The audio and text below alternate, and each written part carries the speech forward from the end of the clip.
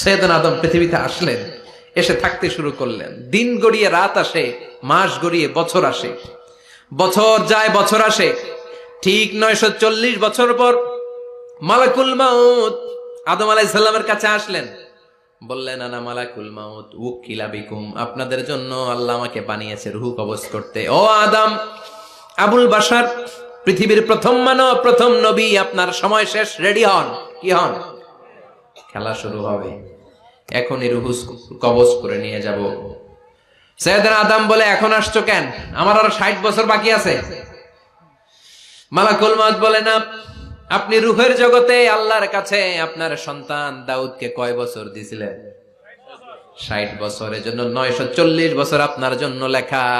আমি এখন আপনার রূহ কবজ করতে চাই। সাইয়েদনা আদম বলে, আমি মানি না, আমি কাউরে দেই নাই।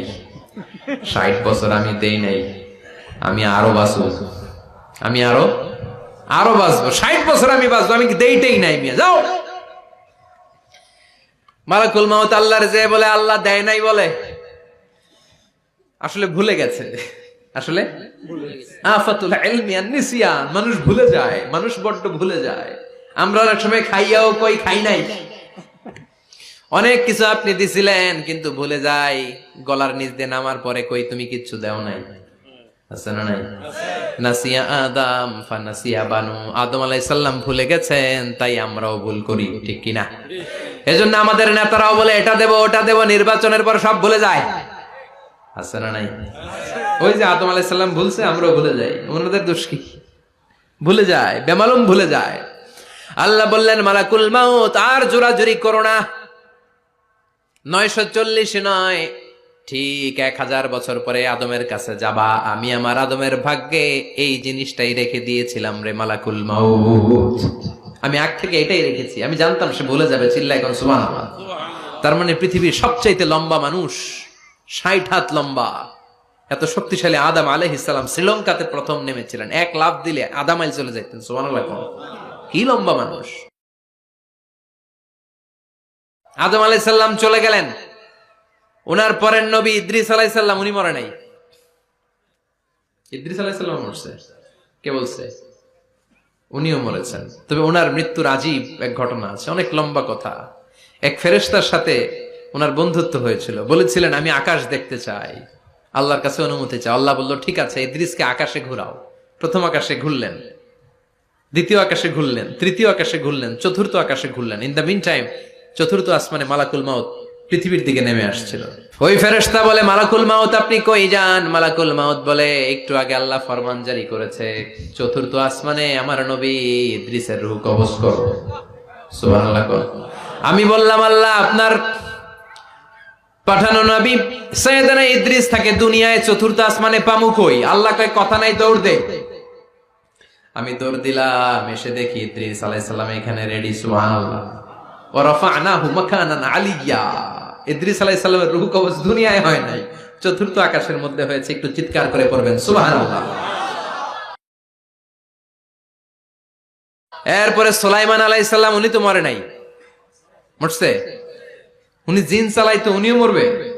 শক্তিশালী একজন নবী ছিল। উনি মালাকুল মাউতকে বলেছিলেন, মালাকুল মাউত আমার মৃত্যুর সুয়াইয়া, সামান্য কিছু আগে আমারে বইলো, আমার একটা কাজ আছে। মালাকুল মাউত মৃত্যুর কিছু সময় আগে এসে বলল, সুলাইমান টাইম ইজ আপ, সময় শেষ, অল্প কিছু সময় বাকি, কি করবেন করেন। সাইয়েদনা সুলাইমান জিনদেরকে ডাকলো, ও জিনেরা, বিশাল একটা প্রজেক্ট আছে, প্রজেক্টে কাজ শুরু করো। আর কিছু জিনকে বলল, চারদিকে গ্লাস ফিটিং করা একটা রুম বানাও। সাইয়েদনা সুলাইমান আলাইহিস সালাম গ্লাস ফিটিং করা রুমের ভেতরে ঢুকলেন। এই রুমে ঢুকার দরজা নাই, হাতে একটা লাঠি নিলেন। কি নিলেন? লাঠির মধ্যে ভর করে দাঁড়িয়ে রইলেন আর জিনদের দিকে তাকিয়ে রইলেন। জিনেরা এত বদমাশ ছিল, সাইয়েদনা সুলাইমান দাঁড়িয়ে না থাকলে কাজ করতো না। ছিল ফাঁকিবাজ। কি ছিল? দাঁড়ায় না থাকলে আজও লোকজন কাজ করতে চায় না, ঠিক কিনা? মালিক দাঁড়ায় থাকলে ঠিকই কাজ হয়ে যায়। সুলাইমান আলাইহিস সালাম লাঠির মধ্যে ভর দিয়ে দাঁড়িয়ে রইলেন আর বললেন, কাজ করো। জিনেরাও কাজ শুরু করলো। ওদিকে মালাকুল মাউত এসে বলো, সুলাইমান সময় তো শেষ। সুলাইমান বলে, সমস্যা নাই, রূহ কবজ করে। উনি লাঠির মধ্যে ভর দিয়ে দাঁড়িয়ে রইলেন। গ্লাস ফিটিং করা রুমের ভিতরে কোরআন সাক্ষী। মালাকুল মাউত ওইভাবে লাঠিতে ভর দেওয়া অবস্থায়, দাঁড়ানো অবস্থায় সাইয়েদনা সুলাইমান আলাইহিস সালামের রূহ কবজ করে নিলেন। উনি এমন ভাবে দাঁড়িয়েছেন, রূহ চলে গেল, লাশ হয়ে দাঁড়িয়ে রইলেন, লাঠির মধ্যে দাঁড়িয়ে আছেন, জমিনের মধ্যে লুটিয়ে পড়ে নাই। সুবহানাল্লাহ। জিনগুলো দূর থেকে ভাবলো বস তো দাঁড়ায় আছে। কে দাঁড়ায় আছে?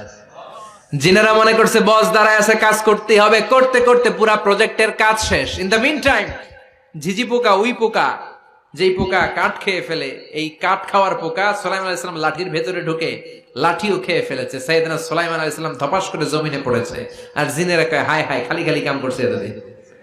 সুবহানাল্লাহ কইবেন না? সুলাইমান আলাইহিস সালাম বাঁচতে পারে নাই, চলে গেলেন।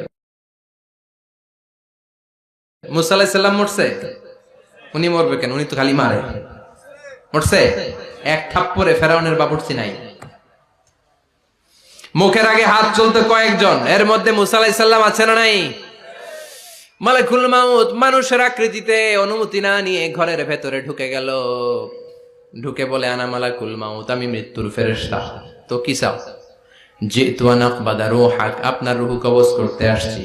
কিন্তু মুসা আলাইহিস সালাম দেখতেছেন দিব্যি একজন মানুষ, কি দেখে? আবার সালাম দেয় নাই, অনুমতি নিয়েও ঢুকে নাই। অমিয়া অনুমতি নিয়ে ঘরে ঢোকার দরকার আছে না নাই? মুসা আলাইহিস সালামের মেজাজ বড় গরম। উনি বললেন কি করবি? কয় আপনারে মারবো। কয় এদিকে আয়। মালাকুল মাউত মনে মনে ভাবে এতদিন সব মানুষগুলো আমারে দেখলে দিত দৌড়, আজকে মনে হয় আমারে দিতে হবে দৌড়। এক পা গায়ে দুই পা পেছায় সাহস করে সামনে গেলেন। আবার মুসা আলাইহিস সালাম দিলেন এরকম থাপ্পড়। ফাসাক্কাহু ফাফাকু আইনা, বুখারীর বর্ণনা, এক থাপ্পড়ে চোখ নাই। ঠিকই মালাকুল মাউত দৌড়, এক দৌড়ে আল্লাহর কাছে। আল্লাহ বললেন রাখো, এটা মুসা আলাইহিস সালাম, তার মেজাজ বড্ড গরম, আমাকে কথা বলতে হবে। আল্লাহ বললেন মুসা, বুখারীর বর্ণনা, গরুর পিঠের উপর হাত রেখে দাও। রাখা হলো। তোমার হাতের নিচে গরুর যত পশম, প্রত্যেক পশমের বিনিময়ে এক এক বছর করে হায়াত বাড়িয়ে দিলাম। মুসা আলাইহিস সালাম অনেক চালাক নবী। উনি বললেন আল্লাহ, আমার হাতের নিচে যদি গরুর 2000 পশম থাকে, তার মানে 2000 বছর হায়াত বাড়িয়ে দিলেন। কিন্তু এক্সট্রা হায়াত যখন শেষ হয়ে যাবে এরপরে কি হবে? আগে ওইটা বলেন। আল্লাহ বললেন সুম্মাল মাউত, তারপরে তো মুসা মরতেই হবে, আসতেই হবে। সাইয়েদনা মুসা আলাইহিস সালাম বললেন ফাল আনা, তাহলে আর দেরির দরকার নাই, এখনই আমি আপনার কাছে চলে যেতে চাই। মালাকুল মাউত মুসা আলাইহিস সালামের রূহ নিয়ে উড়াল দিলেন। সুবহানাল্লাহ। বাঁচতে পারছে? বিশ্বনবী মরে নাই, উনি ইন্তেকাল করেছেন। চিল্লা এখন ঠিক কিনা? ইন্তেকালের আগে বিশ্বনবী প্রচন্ড অসুস্থ হলেন। মা আয়েশারে ডেকে বললেন, আয়েশা মনে হয় আমি বাঁচবো না। ওই যে খায়বার বিজয়ের দিন, খায়বার দুর্গ বিজয় করার পরে এক ইহুদি মহিলা আমার দাওয়াত দিয়েছিল। ওই দাওয়াত খেতে যাওয়ার পরে গোশতের মধ্যে বিষ মাখানো হয়েছিল রে আয়েশা। ওই বিষ মাখানো খাসির গোশত খেয়ে যে ব্যথা আমার পেটে উঠেছিল, আজ আবার সেই ব্যথা উঠেছে। বিশ্ব নবী ওই বিষ খাওয়ানো গোশতের কারণে ইন্তেকাল করেছেন। তার মানে বিশ্ব নবী শাহীদ। জামা আল্লাহু বাইনা নবুওয়া ওয়া শাহাদা, আল্লাহ বিশ্ব নবীকে শুধু নবী বানায় নাই, শহীদ হিসেবে কবুল করেছে। সুবহানাল্লাহ কইবেন না? প্রচন্ড অসুস্থ, উনি ছাড়া মসজিদে নববীতে কেউ ইমামতি করার সাহস পায় না।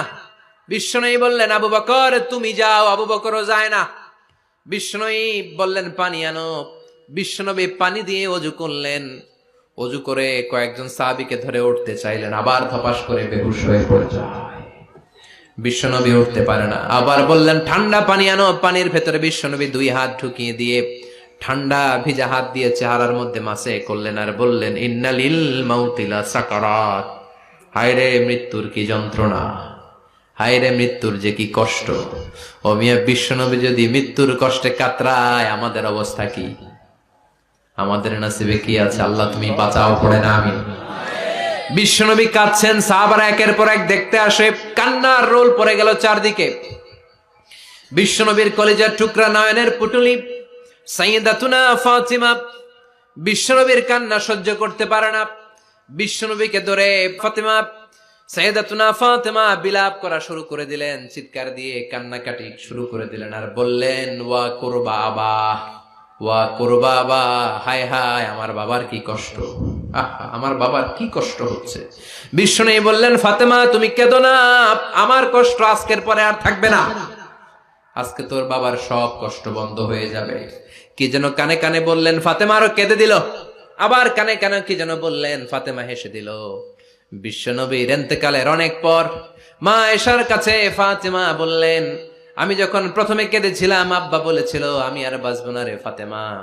আবার কানে কানে একটা কথা বলার পরে হেসেছিলাম, আব্বা বলেছিল আমার পরে আমার পরিবার বর্গের মধ্য থেকে সর্বপ্রথম তোমার সাথে আমার দেখা হয়ে যাবে রে ফাতেমা।